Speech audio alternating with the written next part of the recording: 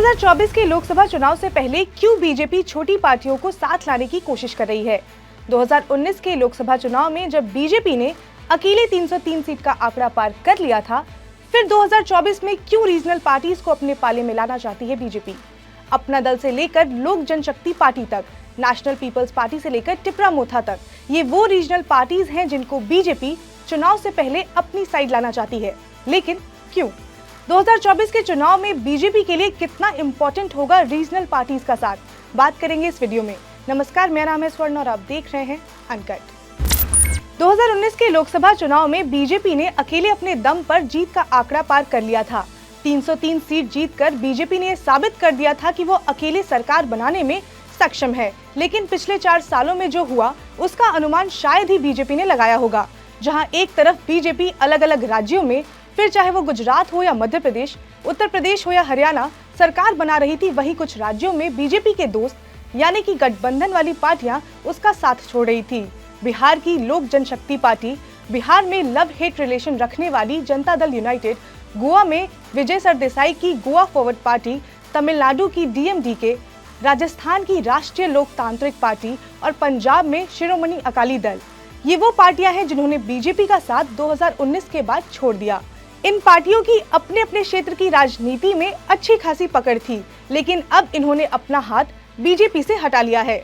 वहीं इनके अलावा कई पार्टियां ऐसी रहीं जिन्होंने बीजेपी का साथ तो नहीं छोड़ा, लेकिन उनके अंदर खुद मतभेद देखने को मिले हैं, जैसे कि शिवसेना। 2019 के लोकसभा चुनाव में शिवसेना और बीजेपी ने मिलकर चुनाव लड़ा था। 48 में से 41 सीटों पर जीत भी हासिल की थी। लेकिन अभी 1 साल पहले ही शिवसेना में क्या हुआ ये तो हम सब ने देखा ही था। अब तो शिवसेना भी 2 भाग में बट गई है। लेकिन यहाँ इंटरेस्टिंग बात ये है कि इतने बवाल के बाद भी सरकार बनाने के लिए बीजेपी को महाराष्ट्र की पार्टी शिवसेना की जरूरत पड़ ही गई और दोनों ने मिलकर वहां पर सरकार बनाई।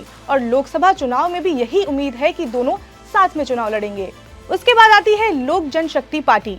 लोजपा ने भी 2019 में बीजेपी के साथ मिलकर चुनाव लड़ा था, लेकिन 4 साल में गठबंधन का पूरा इक्वेशन जो था वो ही बिगड़ गया। रामविलास पासवान के निधन के बाद चिराग पासवान ने 2020 में एनडीए से अलग होकर चुनाव लड़ने का फैसला लिया था। फिर पार्टी में चाचा पशुपति पारस और चिराग पासवान के बीच मतभेद होने लगा और फिर पशुपति पारस ने सांसदों के साथ मिलकर पार्टी का अलग गुट बना लिया और उससे बीजेपी को समर्थन दिया। तो उससे भी डायरेक्टली बीजेपी को कुछ खास नुकसान नहीं हुआ। हालांकि कुछ एक्सपर्ट्स का मानना है कि ये भी बीजेपी का ही प्लान था।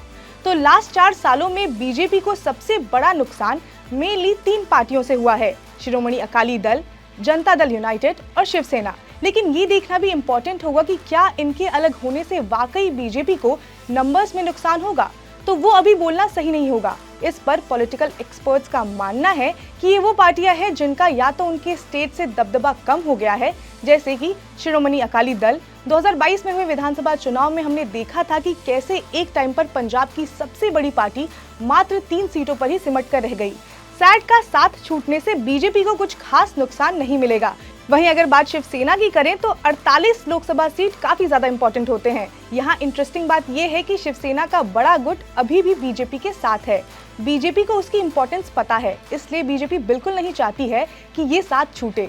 लेकिन एक्सपर्ट्स का मानना है कि यहाँ जेडीयू के अलग होने से बीजेपी को जरूर नुकसान होगा, क्योंकि लास्ट इलेक्शन में BJP plus JDU plus LJP ने मिलकर 40 में से 39 सीटों पर जीत हासिल की थी।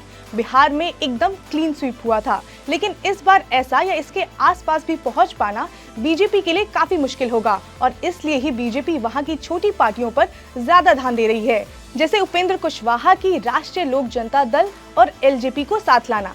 जेडीयू के जाने से जो मेन ओबीसी वोटर्स बीजेपी के पाले में जाने वाले थे वो पूरे तो नहीं पर कुछ इन पार्टियों पर जरूर भरोसा दिखाएंगे। रिसेंटली बीजेपी बिहार के अध्यक्ष संजय जायसवाल ने चिराग पासवान से भी मुलाकात की थी।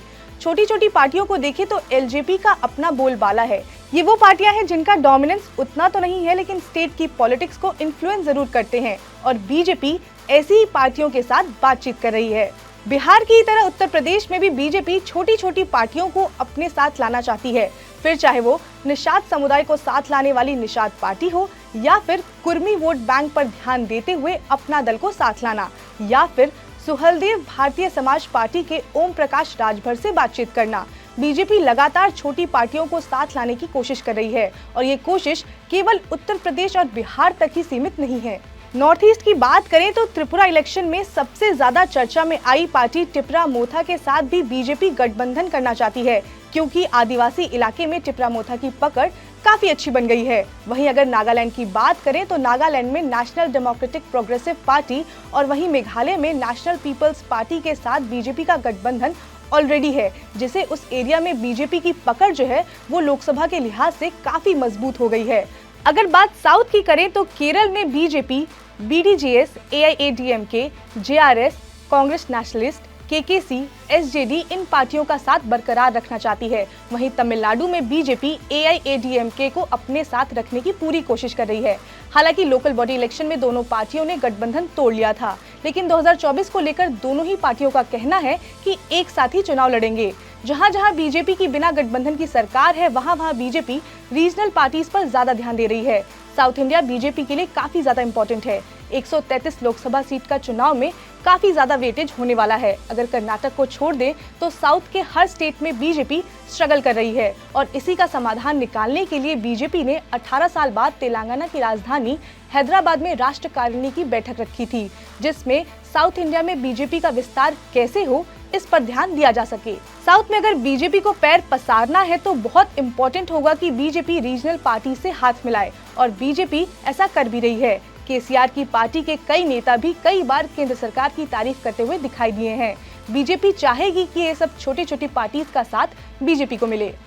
एक सवाल शुरुआत में मैंने पूछा था कि छोटी छोटी पार्टियों को क्यों साथ लाना चाहती है बीजेपी, तो इसका जवाब साफ है कि बीजेपी कोई भी रिस्क नहीं लेना चाहती है। हालांकि लास्ट इलेक्शन में बीजेपी का प्रदर्शन काफी अच्छा था, लेकिन बीते 4 साल में राजनीतिक इक्वेशन में काफी बदलाव आया है और बीजेपी नहीं चाहेगी कि उसका असर आगे आने वाले लोकसभा के चुनाव पर पड़े। इसलिए रीजनल पार्टीज को साथ लाने के लिए बीजेपी इतनी मेहनत कर रही है। अब देखना ये होगा कि 2024 तक बीजेपी कौन कौन सी पार्टी को अपने साथ लाने में सफल हो पाएगी। खैर, जो भी होगा हम आपको अपडेट देते रहेंगे। जुड़े रहिए अनकट के साथ। इसके साथ ही अगर आपको ये वीडियो पसंद आई हो तो लाइक करें, शेयर करें, सब्सक्राइब करें अनकट को।